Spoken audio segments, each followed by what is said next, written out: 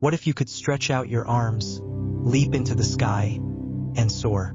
No jetpacks, no gliders, just you raw, natural human flight. It sounds impossible, but let's imagine a world where it's real. To pull this off, evolution would have had to take a wild turn. Human flight wouldn't just mean flapping your arms and hoping for the best. You'd need a complete anatomical overhaul. Think massive pectoral muscles, so large they'd rival your thighs. Our rib cages, reinforced like a bird's keel, a broad bone anchoring those mighty muscles. And forget dense, breakable bones. We'd be built with hollow, lightweight structures to keep us skyworthy.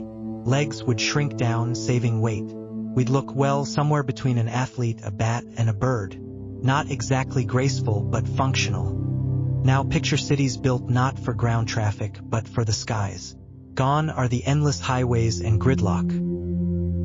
Skyscrapers become vertical airports, each rooftop a landing pad.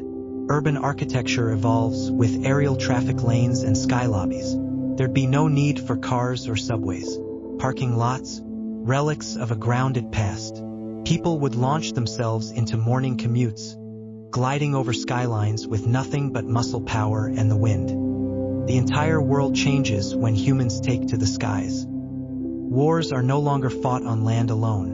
Imagine soldiers diving in from above, or specialized flight formations darting between mountain passes. Rescue missions become faster and more flexible. Someone stuck on a cliff? No ropes are needed. And sports? Welcome to the golden age of flight-based competition. Picture aerial marathons, gravity-defying obstacle courses, or a real-world version of Quidditch, with players maneuvering through rings hundreds of feet in the air.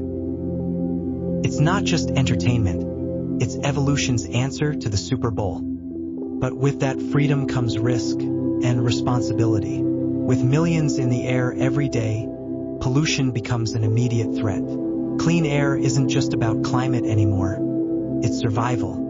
Breathing in exhaust while cruising at altitude could be lethal. That urgency would reshape global policy. Governments would crack down on emissions. Cities would invest in giant air purifiers. Even personal hygiene might change. People would avoid wearing perfumes or using aerosols that linger in the skies. Flying would literally make everyone more aware of what we're putting into the atmosphere. Still, beyond the biological rewiring and the policy shifts, the biggest change: perspective. Suddenly, the world isn't constrained by roads, fences, or borderlines. Mountains are no longer obstacles. Oceans? Just longer flights. That freedom, the ability to lift off whenever you want and go anywhere, would change how we see ourselves. It's not just about speed, it's about limitlessness. What would you do if this happened?